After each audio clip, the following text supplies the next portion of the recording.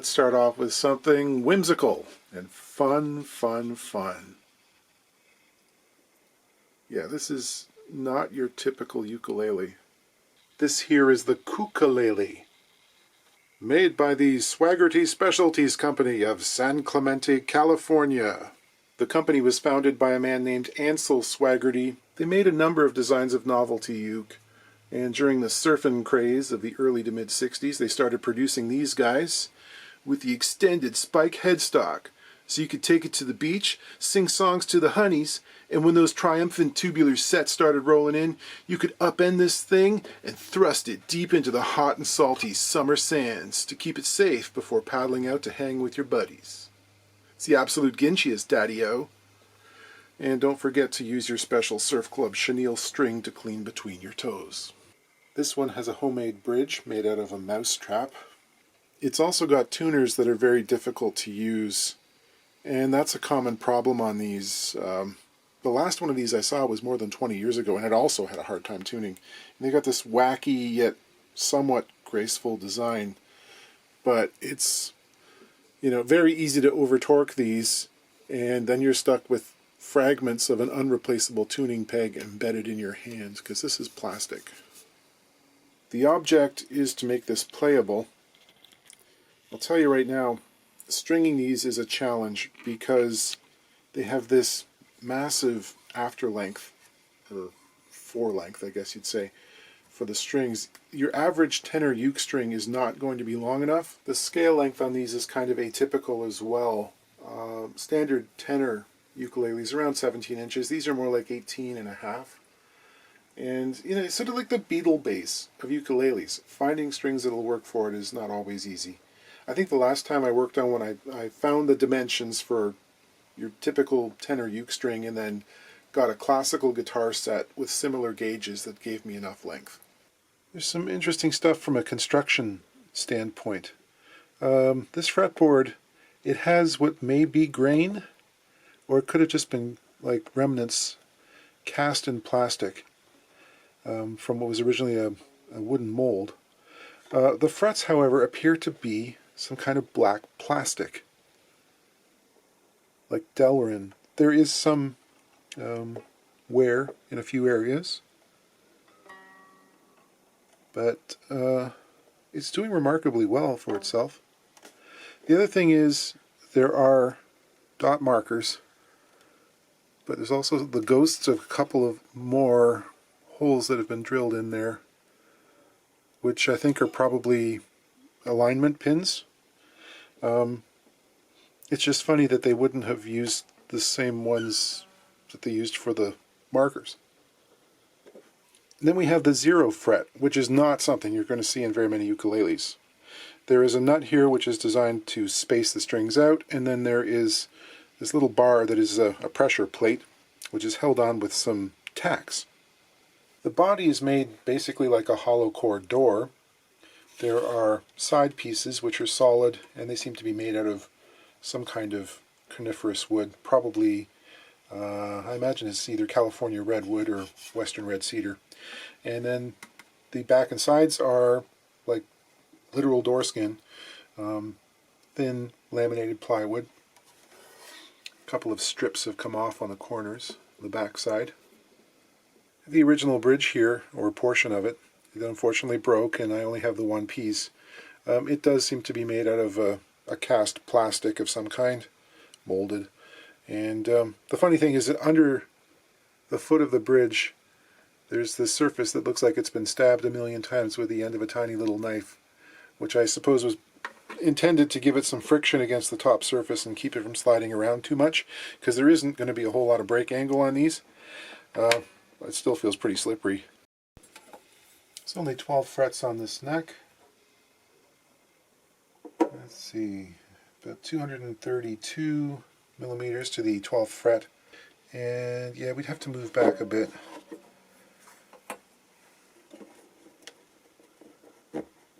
Somewhere about there.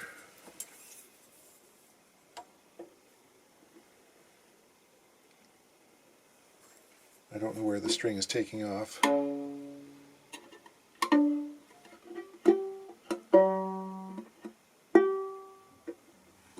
sharp.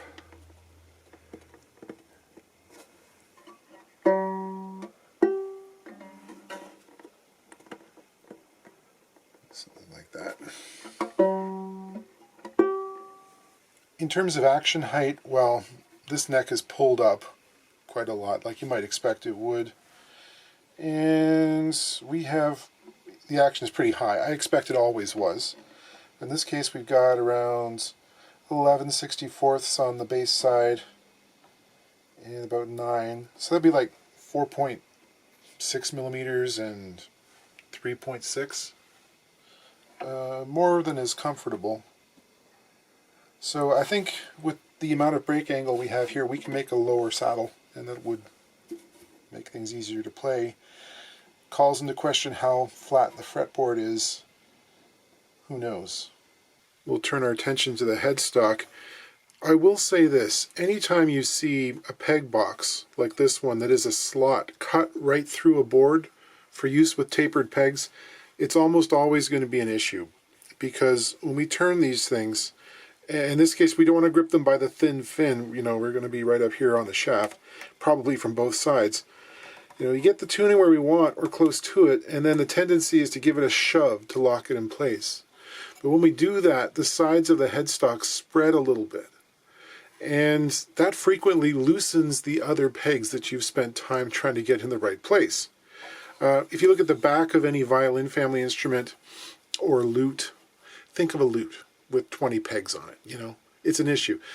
Those backs are always solid, or they have like a lamination on them to restrain the walls as much as possible and add support. In this case, the owner was a machinist, and he got himself an appropriate reamer and touched these up. We'll see what we can do. I will note that, you know, we're getting towards the end of the usable length of the taper on these. You can see, like, if we grab this and start turning it, it just wants to snap. This is not a great design.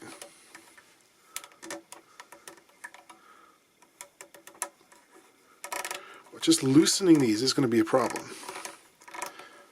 Okay.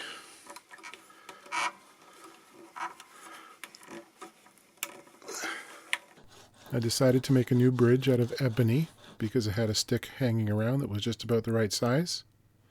So I'll true up one surface and then the adjacent surface. Mark out the thicknesses I require using a marking gauge. And then plane things, making a fairly triangular cross section. I'll mark out for the string spacing.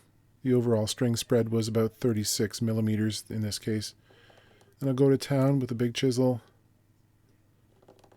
and chop a bit of a curve into the ends. The whole thing ends up looking sort of like a violin saddle, the thing that goes at the very end of a violin. Give it a bit of a sanding. I'll deepen the notches for the strings. I'm going to clean these pegs up very well. Plastic pegs in a wood headstock would seemingly prevent one of the classic issues that happens. Because wood pegs, they start out circular in cross-section off of the lathe, but over time they can become oval as the wood shrinks across the grain. And that gives you this really frustrating hit and miss situation where the whole two can have the same issue. You know, they will get oval as well. So they will alternately get very snug and then very loose with every half turn as the ovals align and then oppose each other. I mean, you can really see these are deformed in some funny ways, and feel it too. Maybe not so funny, because I really don't want to put these through a peg shaver. I don't know what they would do. And again, I think we'd get to the point where there's not a whole lot we can take off of these before we're, you know, bottomed out against the end of the peg head. And I will say, softwood peg box, there's only so much that we can hope for here. We could drill the holes out oversized and then insert hardwood plugs, cross grain, to be re-drilled and reamed. One could also replace them with geared tuners, because in this day and age, very few players enjoy using tapered pegs. It's don't have the patience anymore. The ratio is 1-to-1, and there's a reason that every serious violin player has fine tuner mechanisms on their tailpiece, because these are just annoying. I'm going to take the reamer, which turns out to be just a standard small violin reamer of the usual taper, 1/30, and I'm going to start off with a light backwards turn. This has the effect of slightly compressing the wood and also scraping it just the smallest amount. I really don't want to take off very much because, as I said, these already fit pretty well, and there just isn't that much room to play with on the pegs. 6 turns of the reamer and we could bottom out. So I'm really just cleaning these up.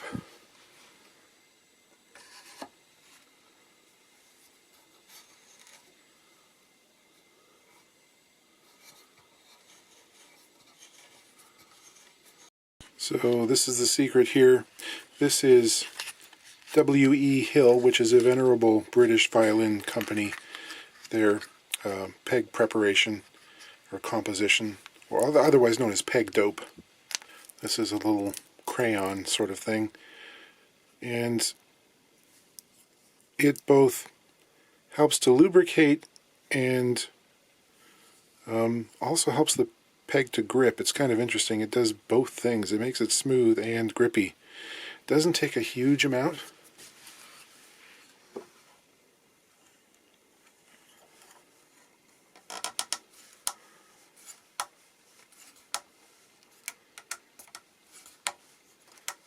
Yeah, it's fairly satisfying.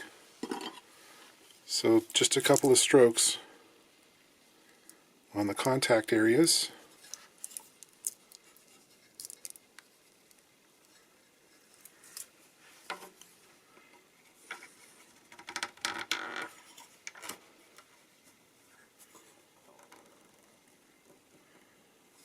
I'm going to string this with the top nylon strings from a standard classical guitar set with an extra first string for the G. Okay, down through the peg hole, back up. You don't need a whole lot of slack in these strings. There's a tremendous amount of stretching that's going to occur, so it should be almost snug. Come back around the length of string going to the other end of the guitar, and then just curl it around and under. Again, it's basically a square knot.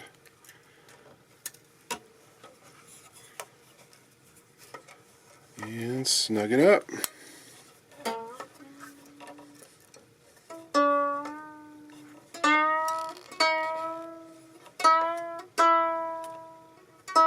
You can hear it stretching.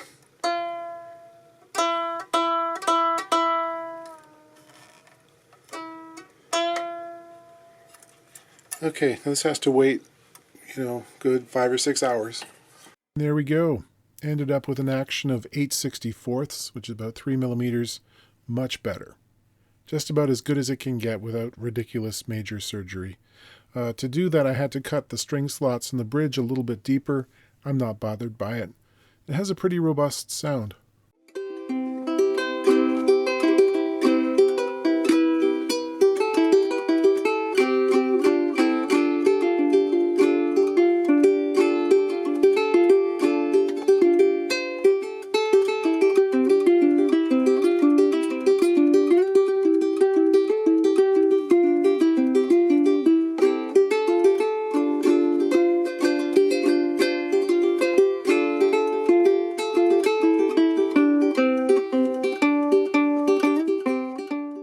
In here, class, we have an example of a Gibson ES-175, which is a venerated model amongst those who choose to jazz on stage, and Steve Howe of the prog rock group Yes. This is, of course, one of the quintessential jazz guitars, the other one being various iterations of the L5. This was introduced in 1949, and it offered the Florentine cutaway, which is the pointy one, as opposed to the Venetian, which is all rounded. It's more aggressive.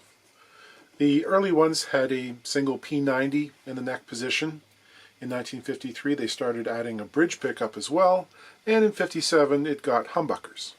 It's a very standard Gibson story. This one dates from 2010, and it's a blonde example. It's actually got a flamed maple top as well as back and sides veneer.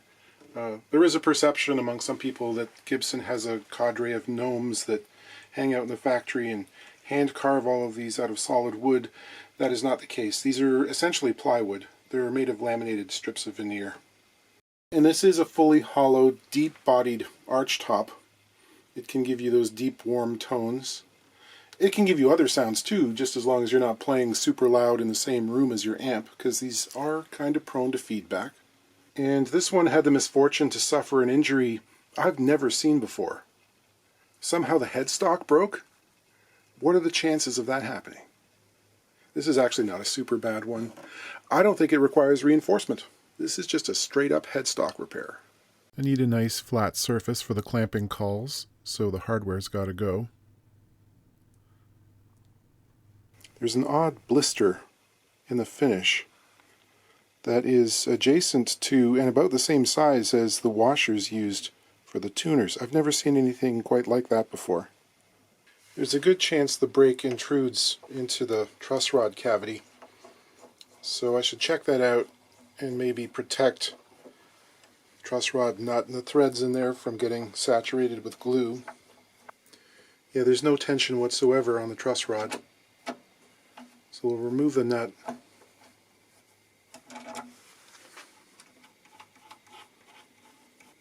We'll wax the threads. We'll tape up around them. I'm going to use hide glue. Standard woodworking glue is okay too, but hide glue has virtually no propensity to creep or yawn open, which is nice in areas where there's constant tension. I've got my much used Gibson headstock cauls taped in place so I don't have to fiddle around with them, because time is always of the essence with hide glue. To that end, I'm also warming the parts with a hairdryer to give me a few more seconds of open time. To get the glue in there, I've taken a plastic pipette and I heated the tip and pulled it so it's thin and long and I can reach right into the nooks and crannies. Having a bunch of glue in there keeps it warmer than on a brush, and there's better penetration. Penetration always being paramount. Getting this first clamp on in the center is important. Got to do it fast. These cauls are padded with cork so they'll conform to the shape. If this had a volute, I would be using a different caul that is curved so it'll actually bend around nicely. I'll put a couple more on for good measure. Not really concerned about the squeeze out at this point. In 10 minutes or so it turns into jello, basically, and you can rub most of it right off the surface. Any residue that's left over can be removed with water and a little bit of scrubbing later after it's all dry. Glue up went very well. There's no more bendy. It's nice and tight. There's some areas of missing lacquer here, which we will want to fill. And we can maybe smooth it out a bit more. Just getting rid of the residue. Using a bit of naphtha on the surface here. This little area here, the bubble, has been pressed down significantly. I think we may try and wick some thin super glue in there as well. Just going to make a little incision here. You see it's very loose, the whole thing. I mean, I don't know why that bubbled up the way it did. This is one of those applications I like old-fashioned crazy glue, because it's really thin, it will flow in there, but it doesn't cure super fast. There's some working time. If, however, I was anticipating putting lacquer over top of this, I wouldn't use crazy glue, I would use Glue Boost. Fill and finish. Not a sponsor. I'm going to scrape things level, sand a little bit, and then buff it up with some automotive rubbing compounds. Same thing for the face here. And naturally the frets need polishing. This was apparently out of commission for a very long time. And now it's back together and it's holding steady and it's ready to play. And I think this will be good as long as it's not dropped again. The next time it's dropped, it'll break again on a line that's about 1/8 of an inch from this one. Just the nature of the beast. Well, that's discouraging. The neck pickup height adjustment screw will rise and it can be lowered. However, it is threading into the pickup surround here, and it's not actually affecting the pickup itself. And the E-string is currently resting on top of the pole piece. So I guess I'm taking things apart. Hey, why? That's got a spring. Should be doing its usual thing. Maybe it was resting against the wood. Jazz guitars got to look good. The jazz artists are not into relicking. This is a product called Never Dull. This can is from like 1984. But it is, I don't know, it's like cotton that's impregnated with stuff. And it's still available. And it is really good at cleaning nickel parts. It's gentle. It's not going to scratch through the finish. So this is just about ready to plug in. I have to be in the right mood to make the jazz thing kind of happen. Tonight was not one of those nights, but whatever. You will hear the dulcet tones. It is not nearly as bassy or as, I don't know, like dark as some of them I've played. Like the neck pickup is a bit more bright than I anticipated.